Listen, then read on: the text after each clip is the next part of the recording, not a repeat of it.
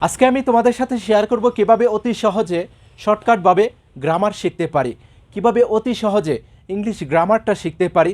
তার জন্য আজকে আমি তোমাদের সাথে খুবই গুরুত্বপূর্ণ একটা বিষয় শেয়ার করব, সেটা হলো ভয়েস।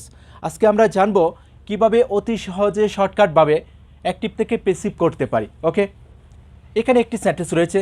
এই সেন্টেন্সটি যদি তুমি ফলো করতে পারো, তোমার পক্ষে শত শত সেন্টেন্স অ্যাক্টিভ থেকে প্যাসিভ করা সম্ভব। I have done the work, আমি কাজটা করেছি। আই হ্যাভ গন, আমি গিয়েছি। আই হ্যাভ ইটেন রাইস, আমি ভাত খেয়েছি।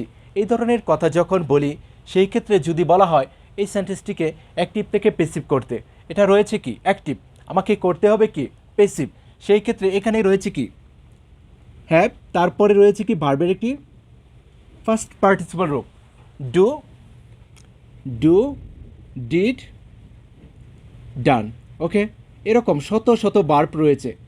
Do, did, done.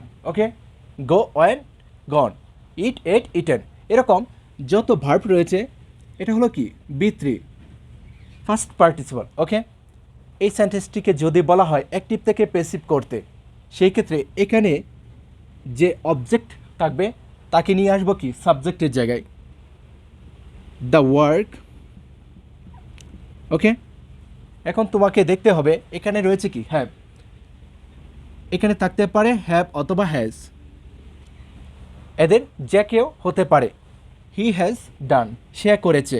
I have done, আমি করেছি। কামাল হ্যাজ ডান, কামাল করেছে। দ্য ওয়ার্ক, দ্য ওয়ার্ক কাজটি, এটা কি সিঙ্গেল, এটার সাথে হ্যাভ হবে না, এটার সাথে হবে কি হ্যাভ হ্যাজ থেকে হ্যাজ। ওকে, তারপরে তোমাকে যে কাজটা করতে হবে এখানে দিতে হবে তোমাকে বিন।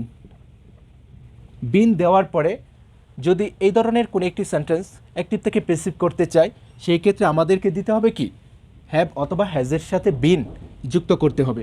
তারপর এখানে যে ভার্বটি থাকবে, কারণ প্যাসিভের বেলায় ইউজ করতে হয় কি ভার্বের ফার্স্ট পার্টিসিপল রূপ বি3।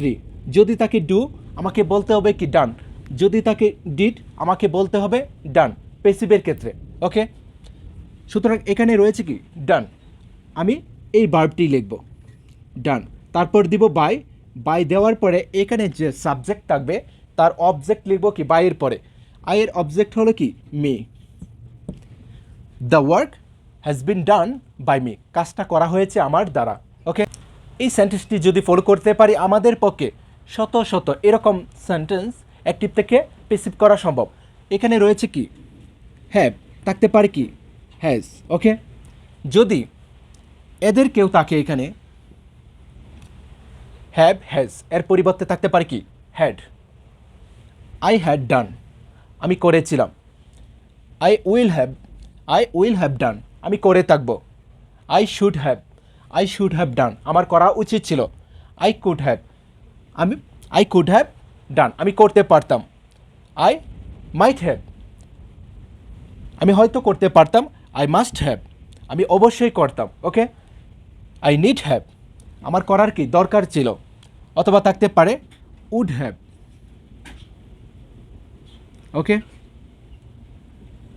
এদের যে কোনো একজন থাকতে পারে এখানে হ্যাভের পরিবর্তে। হ্যাভ হ্যাজ এর পরিবর্তে থাকতে পারে কি হ্যাড, থাকতে পারে উইল হ্যাভ, থাকতে পারে উড হ্যাভ, থাকতে পারে শুড হ্যাভ, থাকতে পারে কুড হ্যাভ, থাকতে পারে মাইট হ্যাভ, থাকতে পারে মাস্ট হ্যাভ, থাকতে পারে নিড হ্যাভ। এখানে যেই থাকবে একই সিস্টেম, এদের সাথে দিব কি প্যাসিভ করতে, এদের সাথে যোগ করব বিন। তারপর এখানে যে ভার্বটি থাকবে সেই ভার্বটিকেই লিখব, কারণ এখানে দিতে হবে কি ভার্বের ফার্স্ট পার্টিসিপল রূপ। এদের পরে হয় কি, এদের পরে সবসময় হয় বি3, ভার্বের ফার্স্ট পার্টিসিপল রূপটা হয় have, has, had, will have, would have, should have, could have, might have, must have, need have. এদের পরে হয় কি ভার্বের ফার্স্ট পার্টিসিপল রূপটা হয়। সুতরাং যেই ভার্বটি থাকবে সেই ভার্বটি এখানে লিখব। এখানে যে কোনো ভার্ব থাকতে পারে, তার যে 3 নং রূপটা রয়েছে সেটা এখানে বলবো। শুধু আমাদের যে কাজটা করতে হবে, যদি এই ধরনের কোনো একটি সেন্টেন্স দেওয়া হয়, এখানে হ্যাভ হ্যাজের পরিবর্তে এদের যে কোনো একজন থাকতে পারে, সেই ক্ষেত্রে এখানে যে অবজেক্ট থাকবে তাকে নিয়ে আসবো কি সাবজেক্টের জায়গায়। ওকে, সাবজেক্টের জায়গায় আনার পরে শুধু হ্যাভ হ্যাজের বেলায় দেখব, হ্যাভ অথবা হ্যাজের বেলায় দেখব হ্যাভ হয় নাকি হ্যাজ হয়। কিন্তু had, will have, should have, could have, might have, must have, need have, would have সবার সাথে সবার সাথে। যেই অবজেক্ট থেকে সাবজেক্টের জায়গায় আসবে সবার সাথে হবে কি, এদেরকে ইউজ করতে পারবো। শুধু হ্যাভ থাকলে দেখব হ্যাভ হয় নাকি হ্যাজ হয়, আবার হ্যাজ থাকলে দেখব হ্যাভ হয় নাকি হ্যাজ হয়।